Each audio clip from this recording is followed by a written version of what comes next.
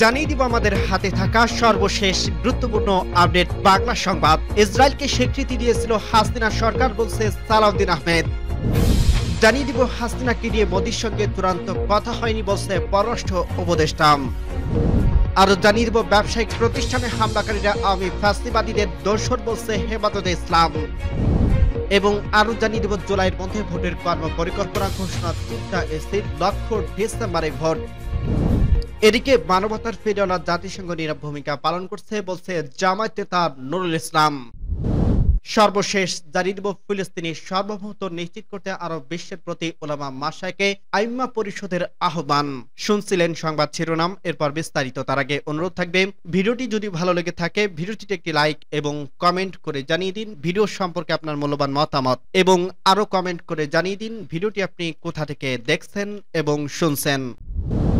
ইসরায়েলকে স্বীকৃতি দিয়েছিল হাসিনা সরকার, বলছে সালাউদ্দিন আহমেদ। ফ্যাসিবাদী আচরণের মাধ্যমে বিগত ফ্যাসিস্ট আওয়ামী লীগ সরকার পরোক্ষভাবে ইসরায়েলকে স্বীকৃতি দিয়েছিল বলে মন্তব্য করছে বিএনপির স্থায়ী কমিটির সদস্য সালাউদ্দিন আহমেদ। মঙ্গলবার দুপুরে ঢাকা বিশ্ববিদ্যালয়ের রাজু ভাস্কর্যের সামনে আয়োজিত এক প্রতিবাদ সমাবেশে তিনি এই মন্তব্য করেন।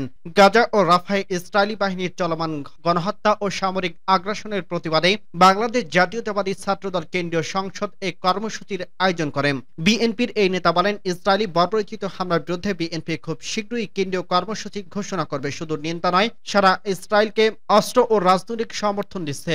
সেই পরাশক্তিগুলোর বিরুদ্ধে মুসলিম বিশ্বকে ঐক্যবদ্ধ হওয়ার কার্যকর পদক্ষেপ নিতে হবে। সালাউদ্দিন আহমেদ বলেন, জাতিসংঘের ভূমিকায় ও এখন প্রশ্নবিদ্ধ। ইসরায়েল কখনোই জাতিসংঘের কোনো প্রভাব ও প্রস্তাব ও সিদ্ধান্তের প্রতি সম্মান দেখায়নি। এটি আন্তর্জাতিক ন্যায় বিচারের চরম অবমূল্যায়ন। তিনি দেশবাসী সহ বিশ্ববাসীকে ইসরায়েলের এই গণহত্যা ও আগ্রাসনের বিরুদ্ধে রুখে দাঁড়ানোর আহ্বান জানান।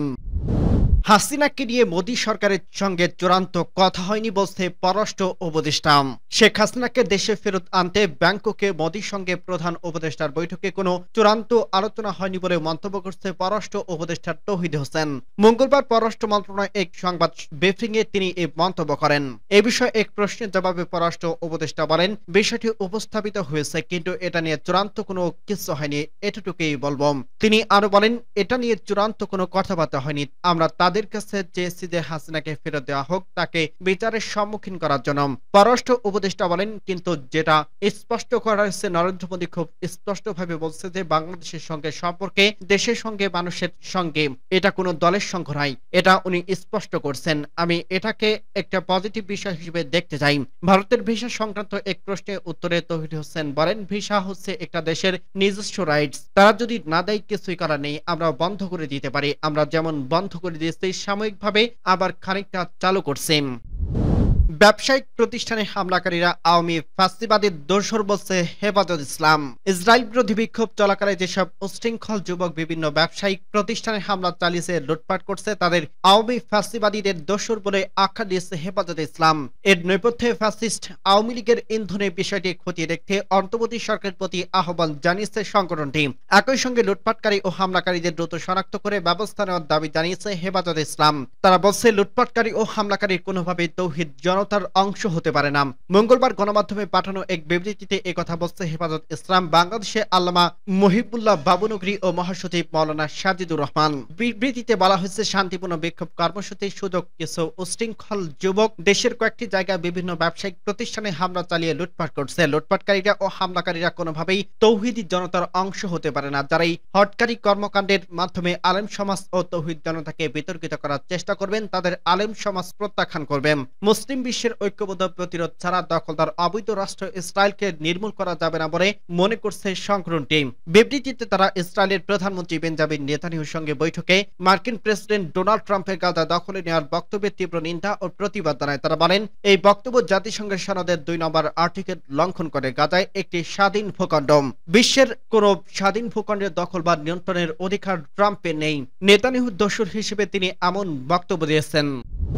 জুলাইয়ের মধ্যে ভোটের কর্মপরিকল্পনা ঘোষণা চিন্তা এসে লক্ষ্য ডিসেম্বরে ভোট। আগামী ডিসেম্বরে জাতীয় সংসদ নির্বাচনে আয়োজনের লক্ষ্যে প্রস্তুতি নিচ্ছে নির্বাচন কমিশন এসে। এজন্য প্রাথমিক প্রস্তুতি শেষে আগামী জুলাইয়ের মধ্যে ত্রয়োদশ জাতীয় সংসদ নির্বাচনের কর্মপরিকল্পনা ঘোষণা করার চিন্তা করছে সাংবিধানিক এই সংস্থা।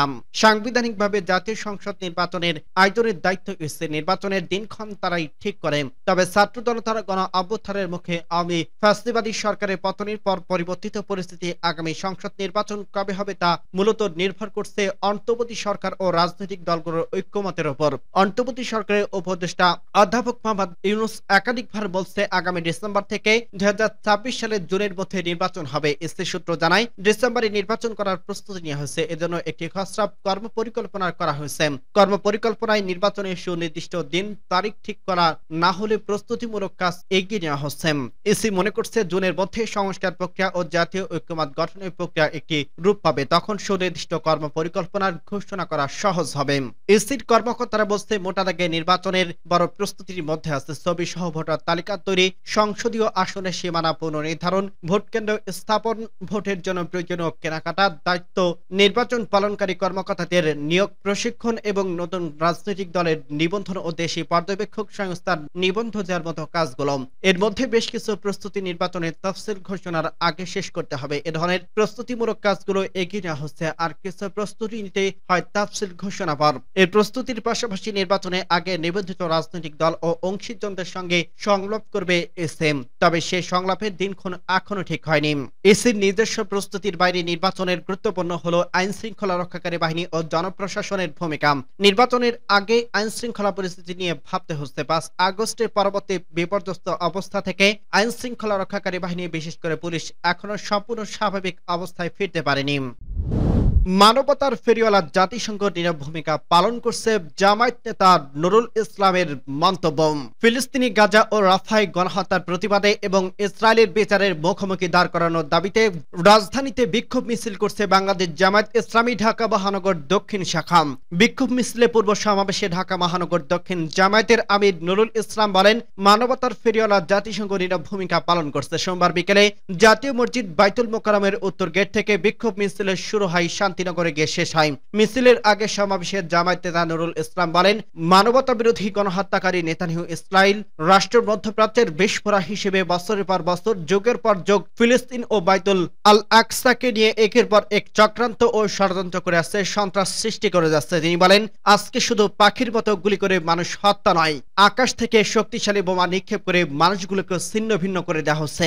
নেতানিয়াহুর নির্দেশে ফিলিস্তিনের অগণিত বেসামরিক নাগরিকদের উপর হত্যা করা সত্ত্বেও জাতিসংঘ চুপ করে বসে আছে। অনতিবিলম্বে জাতিসংঘের কর্তৃক ইসরায়েলের উপর নিষেধাজ্ঞা আরোপ করতে হবে। ফিলিস্তিনের প্রতি সমবেদনা জানিয়ে শুধু পতাকা উত্তোলন নয়, ইসরায়েলের বিরুদ্ধে বাংলাদেশকে কঠোর জবাব দিতে হবে উল্লেখ করে নুরুল ইসলাম বুলবুল বলেন, বাংলাদেশের প্রধান উপদেষ্টার শান্তিতে নোবেল বিজয়। তিনি বিশ্বের কাছে শ্রদ্ধা ও আস্থার একজন মহান ব্যক্তি।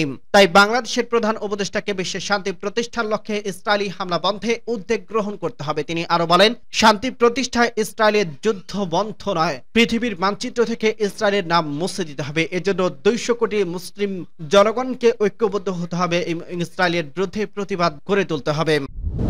ফিলিস্তিনের সার্বভৌমত্ব নিশ্চিত করতে আরব বিশ্বের প্রতি উলামা মাশায়েখের আইম্মা পরিষদের আহ্বান। ফিলিস্তিনি ইসরায়েলের বর্বর হামলা ও গণহত্যা বন্ধে রাজধানীতে বিক্ষোভ সমাবেশ ও মিছিল করছে উলামা মাশায়েখ আইম্মা পরিষদ। সমাবেশে মুক্ত স্বাধীন রাষ্ট্র হিসেবে ফিলিস্তিনের সার্বভৌমত্ব নিশ্চিত করতে এবং ইসরায়েলকে মধ্যপ্রাচ্য থেকে উৎখাত করতে আরব বিশ্বের প্রতি আহ্বান জানানো হয়। সোমবার জোহরের নামাজ শেষে জাতীয় মসজিদ বাইতুল মোকাররমের উত্তর গেটে সমাবেশ হয়। সেখানে বক্তব্য দেন উলামা মাশায়েখে আইম্মা পরিষদের নেতারা। সমাবেশের শেষে মিছিল বের হয়। মিছিলটি মসজিদ গেট থেকে পল্টন প্রেস ক্লাব, মৎস্য ভবন ও শাহবাগ হয়ে কেন্দ্র শহীদ মিনারে গিয়ে শেষ হয়। সমাবেশে ইসলামী আন্দোলনের যুগ্ম মহাসচিব মাওলানা গাজী আতাউর রহমান ফিলিস্তিনের শান্তি উদ্যোগ নিতে বর্তমানে অন্তর্বর্তী সরকারের প্রতি আহ্বান জানান। তিনি বলেন, ডক্টর মোহাম্মদ ইউনূসের খ্যাতি রয়েছে। আমরা চাই আপনি বিশ্ববাসীকে বলুন, আমরা যুদ্ধ চাই না, আমরা শান্তি চাই। যুদ্ধ বন্ধ করে ফিলিস্তিনকে শান্তির আবাদ ভূমিতে পরিণত করতে চাই। এই বার্তা বিশ্ববাসীর কাছে ডক্টর ইউনূসের দূতাবাসের মাধ্যমে পৌঁছে দেওয়ার আহ্বান জানাই। ফিলিস্তিন যাদের উচ্ছেদ করা হচ্ছে তাদের পুনর্বাসনের জন্য বিশ্ববাসীর প্রতি আহ্বান জানান ইসলামী আন্দোলনের এই নেতা। ইসলামী যুব আন্দোলনের ঢাকা মহানগর সভাপতি মাওলানা ইমতিয়াজ আলম বলেন, কূটনৈতিকভাবে আর শান্তিপূর্ণ উপায়ে আল আকসা আর ফিলিস্তিনিদের সমস্যার সমাধান সম্ভব নয়। অতএব আরো বিশ্ব ও আইসি ও জাতিসংঘকে অনতিবিলম্বে জরুরি বৈঠক ডেকে মুক্ত স্বাধীন রাষ্ট্র হিসেবে ফিলিস্তিনের সার্বভৌমত্ব নিশ্চিত করতে এবং ইসরায়েলকে মধ্যপ্রাচ্য থেকে উৎখাত করতে হবে। ইসলামী আন্দোলন বাংলাদেশ প্রেসিডিয়াম সদস্য অধ্যাপক আশরাফ আলী আকন বলেন, এই জাতিসংঘের উপর কোনো আস্থা নেই। এই জাতিসংঘ যুক্তরাষ্ট্রের ইশারায় চলে, ইসরায়েলের নির্দেশনায় চলে। কাজেই যে জাতিসংঘ যুক্তরাষ্ট্রের মদতে চলে সেই জাতিসংঘের মানুষ চায় না। তিনি বলেন, আমরা মুসলিম জাতিসংঘ চাই, যার মাধ্যমে আমরা ফিলিস্তিনিকে স্বাধীন রাষ্ট্র হিসেবে দেখতে চাই। মিছিল পূর্ব সমাবেশে আরো বক্তব্য দেন ইসলামী যুব আন্দোলনের সহকারী মহাসচিব আহমদ আব্দুল কাইয়ুম, উলামা মাশেখ আইমা পরিষদের সাধারণ সম্পাদক রেজাউল করিম আবদার, ইসলামী বক্তা আবু তাহা আদনান প্রমুখ।